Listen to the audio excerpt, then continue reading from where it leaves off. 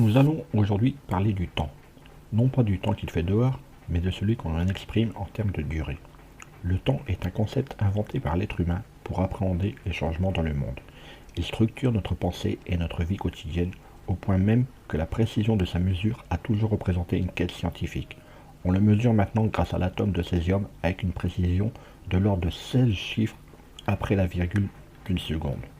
Mais pourquoi parler du temps ? Marketing, études de marché, référencement, podcast, réseaux sociaux, monétisation. Le monde de l'entreprise n'est pas un long fleuve tranquille. Alors chaque jour, les clés du business vous permettent d'y voir plus clair avec des conseils et des astuces.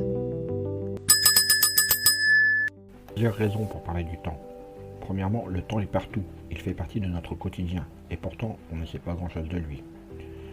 1 heure de mon temps peut me paraître une éternité si je suis dans un embouteillage, alors que cette même heure, en pratiquant mon sport préféré, passera en un éclair. D'où vient ce contraste de perception ?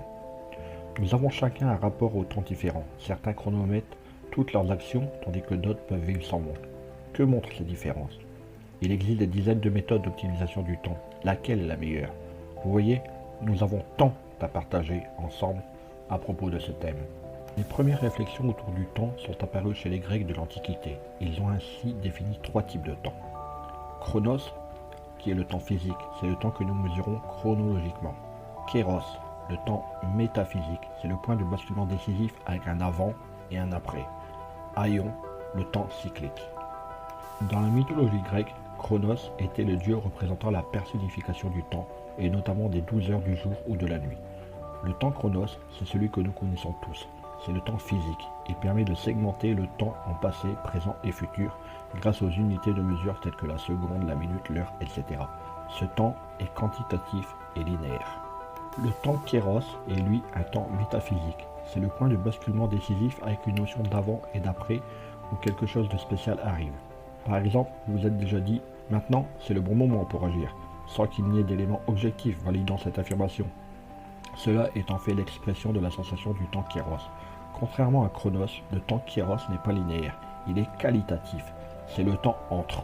Il ne se mesure pas, il est immatériel et se ressent. C'est une autre dimension du temps qui crée de la profondeur dans l'instant. Et pour finir, Aion, qui est une divinité grecque associée au temps, au cercle englobant l'univers et au zodiaque. Ce temps est peu connu. C'est le temps des cycles, comme les saisons, la respiration, le sommeil, etc. Il n'a pas de borne et peut également signifier la destinée, l'âge, la génération ou l'éternité. On retrouve notamment le terme aion en géologie. Il désigne une période indéfiniment longue, telle que les phases géologiques de formation de la Terre. Votre rapport au temps est la façon dont vous apprenez le temps dans votre vie. Cela parle de vous et de comment vous êtes structuré. Parlant de ma propre expérience, j'ai souvent l'impression de manquer de temps, ou alors qu'on ne laisse pas le temps de faire les choses. Cela provient souvent d'un désir de bien faire, ce qui me prend plus de temps Chronos.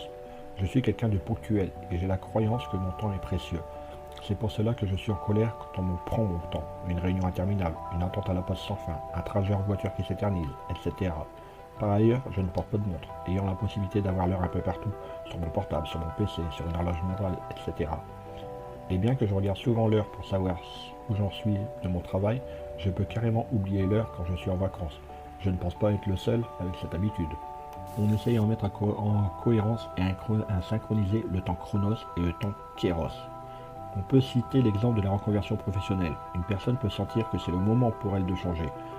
Un coach fera émerger alors les motivations profondes, temps Kéros, et travaillera avec elle à poser les jalons temporels, temps Chronos, pour permettre le changement. En alignant ces deux dimensions de temps Chronos et Kéros, l'expérience montre que la personne ressent une sensation de paix intérieure. Et vous alors, êtes-vous maître de votre temps ou subissez-vous le temps ? Aimez-vous gagner du temps, en perdre ? Savez-vous reconnaître votre temps Kéros ? Pour faire évoluer votre rapport au temps, avez-vous pensé au coaching ?